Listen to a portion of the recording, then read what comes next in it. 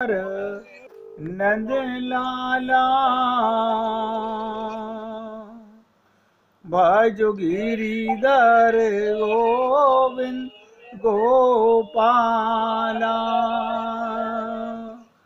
भजो गिरिधर गोविंद गोपाला भजो मुरली मनोहर नंद लाला भजो मुरली मनोहर नंद लाला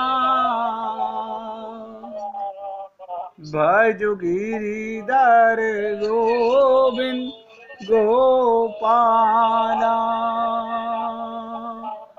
भजो गिरिधर गोविंद गोपाला भजो मुरली मनोहर नंद लाला भजो मुरली मनोहर नंद लाला भजो गिरिधर गोविंद गोपाला भजो गिरिधर गोविंद गोपाला बोलिए वृंदावन बिहारी लाल की जय। जय जय श्री राधे जय जय श्री राधे। सभी भक्तों से निवेदन, बहुत एकाग्रचित होकर सत्संग के प्रत्येक शब्द को पूरी एकाग्रता के साथ हृदयंगम करने का पूरा प्रयत्न कीजिएगा, क्योंकि आप और हम सब लोगों को शरीर के रोगों का तो पता है, उसका इलाज भी करते हैं और उसका परहेज भी करते हैं, लेकिन हमें अपने मन के रोगों का, मानसिक रोगों का ज्ञान नहीं है। यही मूल जड़ है हमारे और भगवत प्राप्ति के बीच में। जब तक हमारे मानसिक मन के रोग दूर नहीं होंगे, तब तक हमारा कल्याण नहीं होगा। माना कि मन के रोगों को आप नज़रअंदाज करते आ रहे हैं जन्म जन्मांतर से, ये कोई पहला टाइम नहीं है, हमेशा से करते आ रहे हैं और इस बार भी कर रहे हैं। तो कुछ लोग कहते हैं कि हमें ज्ञान नहीं है, लेकिन अब तो आपको सत्संग सुनते हुए इतना समय हो गया कि आप सबको ये एहसास होना चाहिए कि मानसिक रोग बिना मिटे भगवत प्राप्ति, हमारा कल्याण तो नहीं होगा। लेकिन निवेदन करना मेरा कार्य है। मैं रोज आप लोगों से पूछता हूँ, क्या आपको सूक्ष्म शरीर का ज्ञान है? मैं रोज पूछता हूँ कि बिना सूक्ष्म शरीर के दिव्य हुए जब तक इसमें मलता रहेगी, निर्मलता नहीं आएगी, आप कितना भी प्रयत्न कर लीजिए, आपको गीता, भागवत, रामायण रट सकती हैं, तो ये मत समझिएगा उससे आपका सूक्ष्म शरीर शुद्ध हो गया है। रावण को भी सारे वेद शास्त्र रटे हुए थे, वेद पाठी ब्राह्मण था, लेकिन अंतःकरण मलिन था। मैं रोज निवेदन करता हूं, अगर किसी दिन आपसे पूछ लूंगा किसी से भी, फिर आप कहोगे कि ये तो हमें नहीं पता,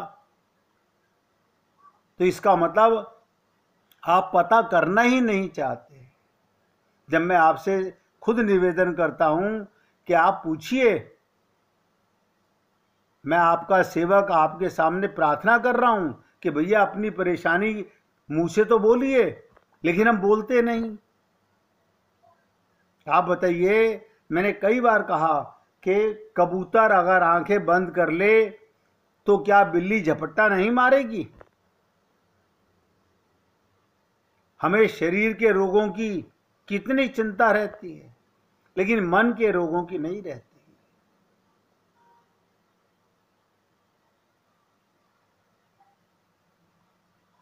तो कल शंकर भगवान के बारे में चर्चा चली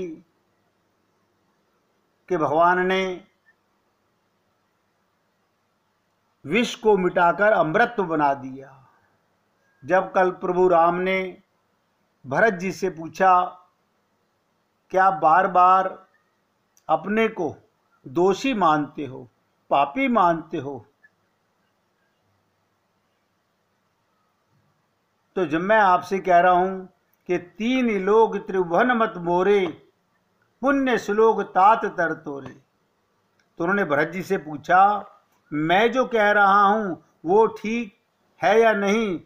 तो भरत जी ने कितना सुंदर कहा, ये कहने का महान दुस्साहस भला कौन करेगा कि आप ठीक नहीं हैं।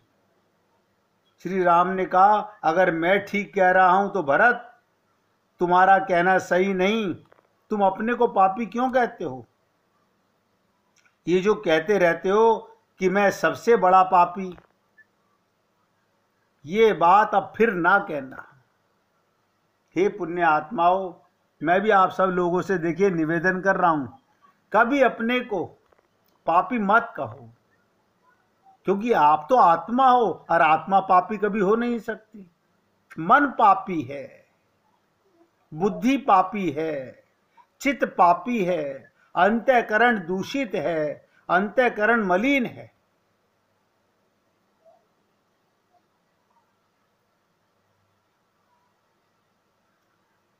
तो भरत जी ने फिर कहा, महाराज आप जो कह रहे हैं वो भी सत्य है, पर मैं जो कह रहा हूं वो भी ये सत्य नहीं है।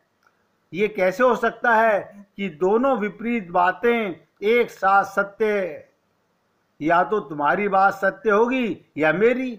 तो भरत जी ने बहुत सुंदर बात कही, जैसे लोहे का एक टुकड़ा तो लोहा है,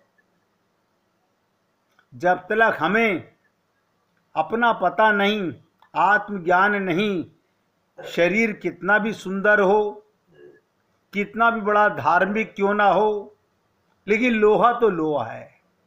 जो अपने को शरीर मानेगा वो लोहा है।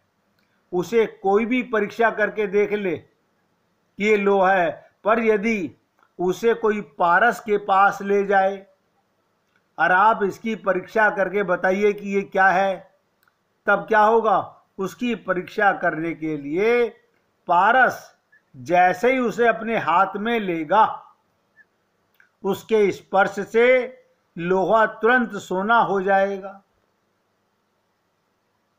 तो ये लोहे का चमत्कार है या पारस का?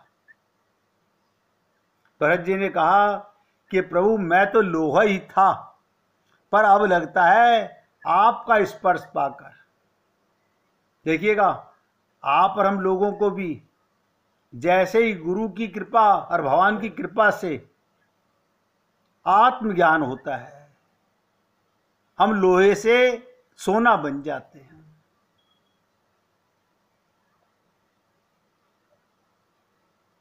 भरत जी जब भगवान राम के चरणों की रेखा को देखते हैं तो उनको ऐसा लगता है ये तो पारस हैं, जिस पारस के स्पर्श से अहिल्या चेतन हो गई,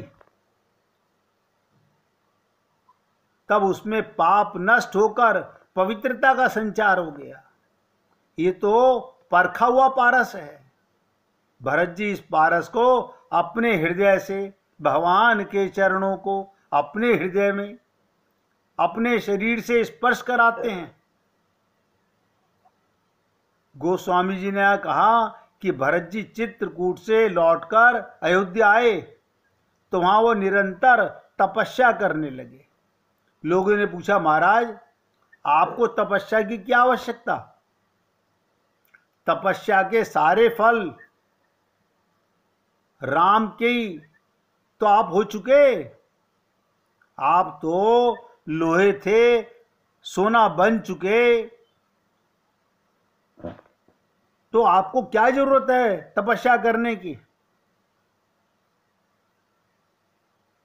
बार बार परख कर देखता रहता हूं। क्या कहते हैं भरत जी? मैं अपने आप को बार बार परख कर देखता रहता हूं, कहीं फिर से लोहा तो नहीं हो गया। अब आप कहेंगे आप और हम लोग कैसे परसें अपने आप को परख सकते हैं? बता देता हूं, अगर समझ में आ जाए तो बहुत बड़ी बात है। बार बार देखें, मन में फिर तेरा मेरा अपना पराया आ रहा है क्या? यह सब में भगवान नजर आने लगा है। जित देखूं तित श्याममयी है। अभी आपको किसी का बोलना अच्छा बुरा लगता है क्या? इसका मतलब अभी लोहा है, अभी हम सोना नहीं बने हैं। हमने शब्द तो सुन लिए, लेकिन सुनना और मानना दो चीजें होती हैं। हमने संत महात्माओं को सुना तो सही, लेकिन मन बुद्धि की शरणागति नहीं की। शरणागति का मतलब होता है स्पर्श हो जाना। जैसे प्रभु राम के पारस के छूते ही भरत जी कहते हैं मैं लोहा सोना बन गया, ऐसे ही शरणागति होते ही हम शरीर से आत्मा हो जाते हैं। और आत्मा होने का हमें कैसे पता चलेगा हम आत्मा है? किसी का बुरा मानना, बुरा लगना होता ही नहीं, क्योंकि आप समझ जाते हो शरीर में हूं नहीं, मन बुद्धि में हूं नहीं, मैं तो आत्मा हूं। और आत्मा तक किसी के शब्द जाते नहीं, आत्मा का किसी से कोई संबंध नहीं। तो भरत जी ने क्या कहा? मैं बार बार परख कर देखता रहता हूं, कहीं फिर से लोहा तो नहीं हो गया। इसलिए सभी पुण्य आत्माओं, आप सबसे निवेदन करूंगा, बार बार अपने को परखो। थोड़ी थोड़ी देर में, हर रोज जब भी कोई व्यक्ति क्रोध करे, आपको क्रोध दिलाने का कोशिश करे, आप तुरंत कहो मैं एक बार सोना बन चुका हूं, अब लोहा नहीं बनूंगा, अब लोहा नहीं बनूंगा।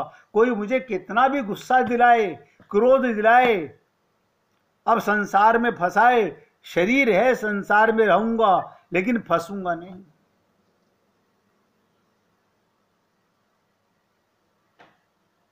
कहते ना, भरत भवन बसी तप तन कसई, अपने शरीर को तपस्या पर कसकर देखते रहते हैं। इसमें भरत जी का संकेत यही, अब बहुत एकाग्रता से सुनिएगा, मन में ध्यान से सुनिएगा। ये मन का लोहा एक बार सोना बनने के बाद, ये मन का लोहा एक बार सोना बनने के बाद नहीं कब फिर लोहा बन जाए, इसका कोई ठिकाना नहीं है। यो मन मोएरो बड़ो हरामी। कल मैंने स्मैक पीनी छोड़ दी थी, आज स्मैकियों को देखा, फिर मन में आ गया, एक बार पीने में क्या जा रहा है? ये मन की चंचलता है। एक बार सोना बनने के बाद भी फिर लोहा बन सकता है, इसका कोई ठिकाना नहीं। ये मन इतनी तेजी से बदलता है। निरंतर सजग रहने वाला व्यक्ति, उसके द्वारा कभी भी चला जा सकता है। मन में एक बार सद्गुण और सद्भाव आ जाने पर भी निश्चित होना ठीक नहीं, अब मेरा मन ठीक हो गया है, अब पतित नहीं होगा। इसलिए भरत जी जीवन भर, ध्यान दो, निरंतर मन को कसकर देखते हैं। जैसे आप और हम लोग मन में आने वाले विचारों की तरफ देखें, ये पाप के विचार आए या पुण्य के विचार आए, ये सेवा का भाव आया, भगवान के निमित्त कर्म का भाव आया, कहीं अपनापन तो नहीं आ गया? अगर अपनापन आ गया फिर पतित हो गया। अब ये कसौटी सबसे बड़े भक्त भरत जी से हमें मिल रही है रामचरितमानस में कि निरंतर मन को कसकर देखते रहो। अब बताइए, आपके मन को दूसरा कोई कैसे देखेगा? या तो भगवान देखते हैं या आप देखते हो। आपके मन की चोरी या तो आप जानते हो या भगवान जानते हैं। अब आप अपने आप को मन मिट्ठू बने रहें, 100% मार्क्स लेते रहें जानते हुए, तो ये किसी के साथ नहीं, अपने साथ हम धोखा कर रहे हैं। निवेदन करना मेरा कार्य है। इसलिए भरत जी जीवन भर निरंतर मन को कसकर देखते हैं, हर क्षण सावधान रहकर देखते हैं कि प्रभु ने जिसे अपने स्पर्श से सोना बनाया वो आज भी सोना है या नहीं, कहीं उसमें परिवर्तन तो नहीं आ गया। यही तुलसीदास जी का संकेत है। इसी को दूसरे शब्दों में भरत जी ने कहा, दूषण से भूषण,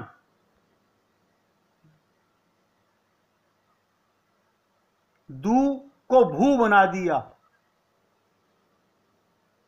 कृपा भलाई आपनी नाथ कीन भल मोर, दूषण से भूषण सरिस सुजसु चारु चहुओर। महाराज, दूषण से भूषण बनाने वाले आप हैं। ये तो आपकी कृपा का फल, मेरी विशेषता नहीं। समझे, हमारे में कोई विशेषता नहीं है। ये जो आप और हम लोगों को रोज सत्संग का प्रसाद मिलता है, ये हमारे प्रभु की कृपा है। देखिएगा, ये हमारे भगवान की कृपा है, ये आप लोगों के पूर्व जन्मों के संस्कार की कृपा है।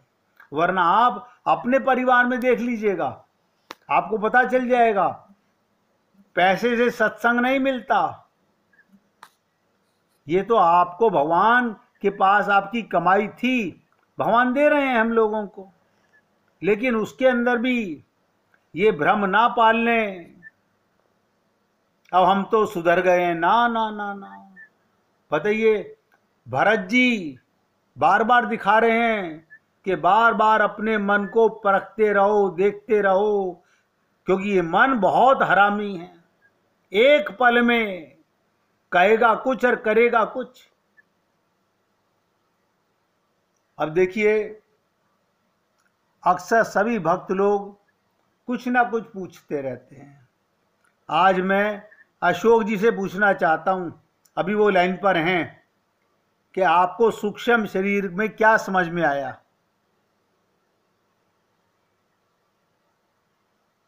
अशोक जी जरा बताने की कृपा करें भाई। मुझे एहसास तो हो कि आप भी लगातार सत्संग सुन रहे हो, आपको सूक्ष्म शरीर के बारे में क्या मालूम पड़ा?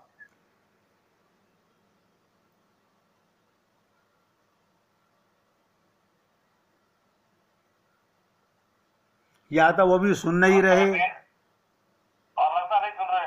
हाँ, नहीं सुन रहे लगता है। और अटेंड किया हुआ फोन उन्होंने। गलत बात है। अब ध्यान से सुनिएगा भैया, कोई बात नहीं, मैं तो देखो आई विटनेस बात बता दी आपको सामने प्रमाण से। अब बहुत ध्यान से सुनिएगा, आप 7 बातों के लिए प्राणों की बाजी लगाकर चेष्टा कीजिए। एक एक शब्द पे ध्यान दीजिएगा। आप, हम सब 7 बातों के लिए प्राणों की बाजी लगाकर चेष्टा कीजिए। प्रेम उत्पन्न होने के पहले, बस एक बार प्रेम उत्पन्न हो गया, जैसे माखन में से घी निकल आने के बाद वो दूध नहीं बनाया जा सकता। एक बार प्रेम उत्पन्न होने के बाद अब प्रेम प्रकट होता है, नहीं तो आप हो या कोई, रास्ता तय करना बड़ा कठिन है। जैसे कहा गया, प्रेम न बाड़ी नीपजे, प्रेम न हाट बिकाए, राजा प्रजा जेहि रुचे, शीश देव ले जाए। इसकी व्याख्या भी करते हैं, मगर ध्यान से सुनिएगा। प्रेम न बाड़ी नीपजे, प्रेम न हाट बिकाए, राजा प्रजा जेहि रुचे, शीश दे ले जाए। ये बिल्कुल सत्य है। बहुत बात कर लेंगे, लीला भी सुन लेंगे, लाभ भी थोड़ा होगा ही, पर इन सातों सात के आए बिना वास्तविक प्रेम, असली प्रेम प्रकट नहीं होता। ये सात बातें तो तभी होती हैं जब भगवान का साक्षात्कार अनुभव हो जाता है, पर उसके पहले हम जैसे साधकों को चाहिए इनको अपने अंदर पूरी पूरी उतारने का संपूर्ण प्रयत्न करें। देखिए, निवेदन करना मेरा कार्य है, मानना ना मानना आप भक्तों का कार्य है। नंबर 1, शांति रखना। इसके लिए शास्त्रों में दृष्टांत आता है कि राजा परीक्षित बिना अन्न बिना जल के 7 दिन कथा सुनते रहे। ध्यान से सुनिएगा, शांति रखना। राजा परीक्षित बिना अन्न जल के 7 दिन कथा सुनते रहे, पर उनमें शांति इतनी थी अन्न जल उन्हें याद ही नहीं आया। यहां तो एकादशी आती बाद में है, अब कल क्या खाना है तुम सुबह बता के जाना, ये एकादशी है, ये हमारे उपवास हैं। हर किसी एक का हाल नहीं है, क्योंकि सारे मन के चोर हैं। उपवास का मतलब होता है मैं प्रभु की याद में ऐसा खोया कि भूख लगी ही नहीं। देखिएगा, मेहरा साहब सत्संग सुन रहे हैं।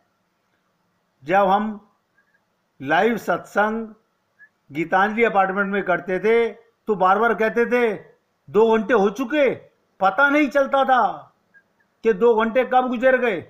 और कई ऐसे भी आते थे, आप तो कहते हो 1.5 घंटा करेंगे, आज 2 घंटे कर दिए, हमें तो 1-1.5 घंटे के बाद कहीं जाना था, अब उठो तो मुश्किल, ना उठो तो मुश्किल। ये हाल है हम लोगों का।